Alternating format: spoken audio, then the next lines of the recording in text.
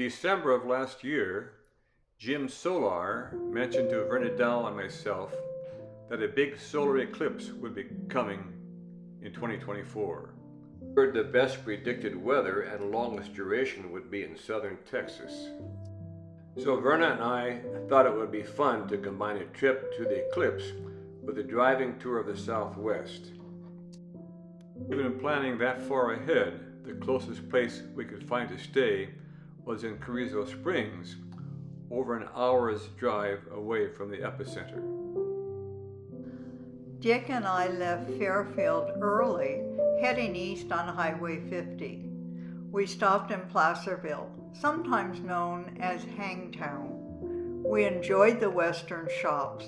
Later we stopped at Bridalveil Falls and the South Fork of Carson River, taking photographs, of course. The next day, Dick's daughter Shelley toured us around Carson Valley, stopping at the oldest watering hole in Nevada, known as the Genoa Bar.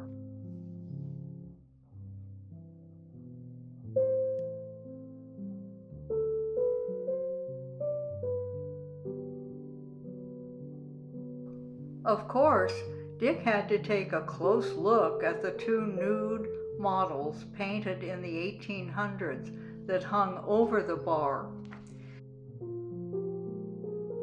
An interesting feature of Genoa is this tall bronze statue of Snowshoe Thompson. The next morning, we headed south on Highway 395. Dick and I wanted to see the Red Rock Canyon near Las Vegas, since neither of us had been there before. We saw this ugly gargoyle sticking out of the rock. It looked like Darth Vader, and I swear he winked at me. After spending the night in Las Vegas, we headed east toward Monument Valley.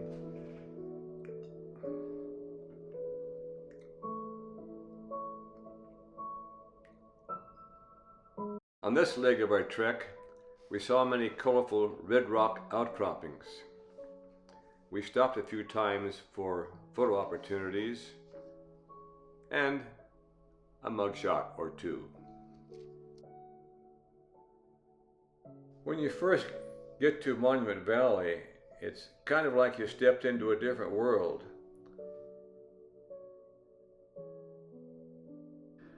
The red sandstone formations rise dramatically from the desert floor, and I think the vastness of the terrain with deep shadows and vibrant hues makes you think that nature's artistry is on full display here. It's very beautiful.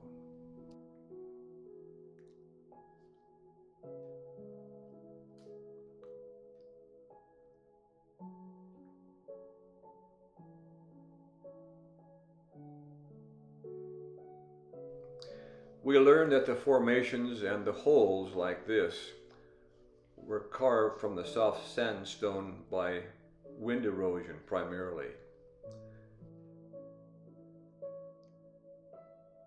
As you may know, one cannot take a tour of the valley on their own, and this is because it's a Navajo land and you must go with a native guide.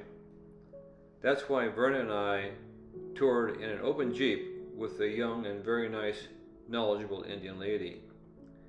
She took us deep into the valley where we experienced some beautiful vistas.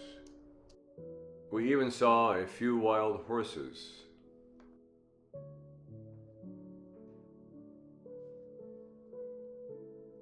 Later in the day, as we were touring Monument Valley and the wind became fierce, this is a photograph that depicts a dust storm occurring early spring due to seasonal temperature changes. Good. Waking the next morning, we were blessed to see this beautiful sunrise.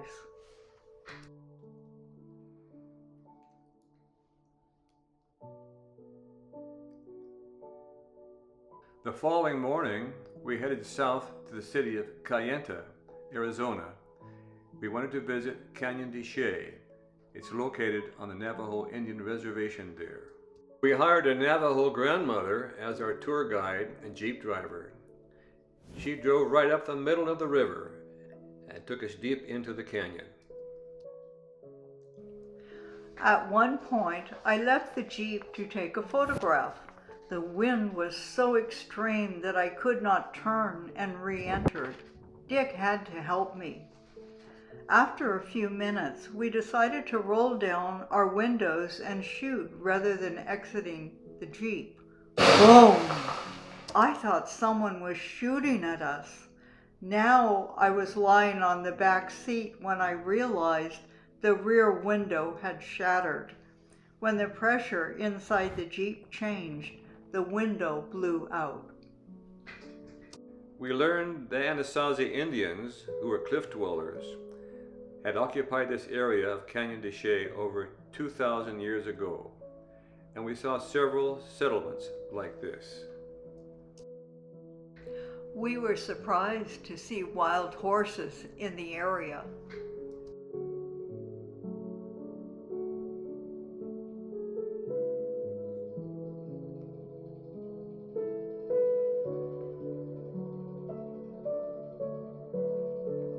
We set off early the next morning for the longest leg of the trip.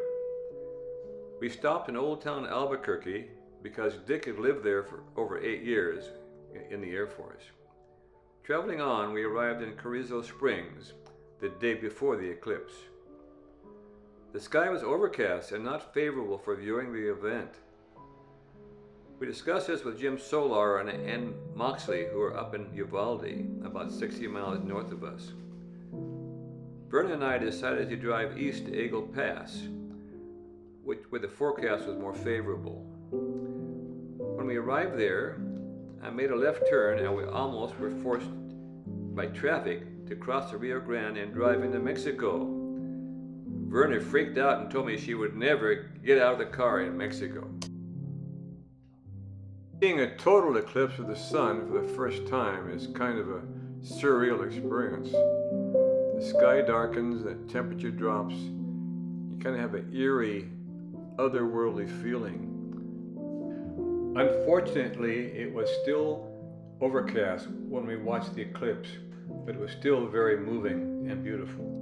At the moment of totality, when the moon completely covers the sun, it leaves you in awe because the sun's corona, the halo of light, becomes visible. It makes a mesmerizing spiritual scene. At totality, it suddenly cooled, the birds started squawking, and the field lights came on. That's when Verna snapped this shot. I found this image online that I wanted to show. It's an interesting time lapse taken during the eclipse. The next stop on our trek was Carlsbad Caverns in New Mexico. This was on Verna's bucket list, and we made reservations about a month in advance to get in.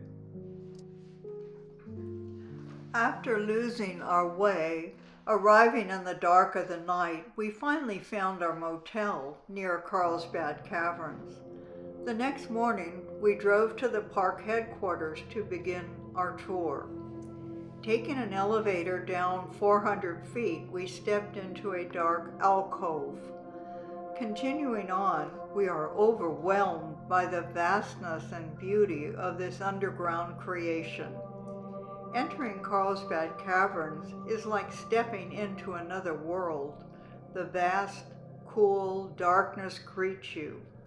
As your eyes adjust, immense size of the caverns become apparent. The colossal chambers covered with stalactites and stalagmites creates an otherworldly landscape. Some of them resemble a delicate chandelier, and others are like towering pillars. The silence is profound, broken only by the occasional drip of water echoing through the chambers. Our next stop on the trip was Sedona, Arizona, where we spent the night.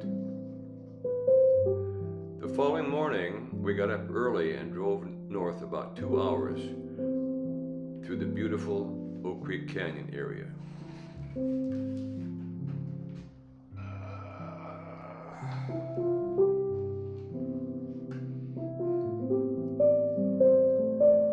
first destination was the famous Horseshoe Bend on the Colorado River.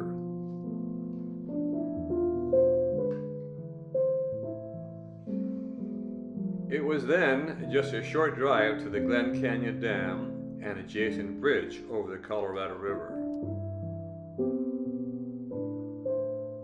Our next stop was at an Indian trading post where we met some of the locals.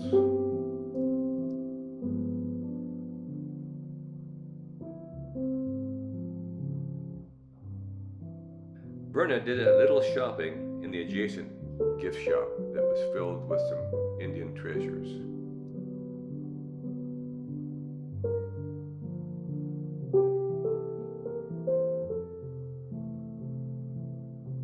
Finally arrived at the whole purpose of this leg of our trek, the awesomely beautiful Antelope Canyon. Antelope Canyon was formed through the process of erosion by flash flooding. We are told that over millions of years, water from seasonal rains rapidly flowed through the narrow canyon, carrying sand and debris. And this abrasive force carved the soft Navajo sandstone, creating the smooth, flowing walls and intricate shapes which the canyon is famous. The constant erosion deepened the canyon and smoothed its surfaces. Now, while the interplay of light and shadow within the narrow, twisting passage, it creates an iconic, surreal appearance that draws visitors from around the world. Forestry Underground Gardens in Fresno, California is listed on the National Registry of Historic Places. Forestry, a Sicilian immigrant in the early 1900s, bought unseen 100 acres in the San Joaquin Valley. From Italy, he brought slips of citrus trees. His dream was to become a citrus farmer. However, upon arriving in Fresno, he found the land was barren and hard-pan soil and a hot, arid climate. Using only a pickaxe, shovel, and wheelbarrow, he sculptured unique underground gardens. The citrus trees grew in these earthen tunnels 20 feet below the ground under a large area open to the sky. The openings allowed rainwater to collect. These tunnels remain cool in the triple-digit valley summers. Our final leg was up Highway 99 to Paradise Valley Estates.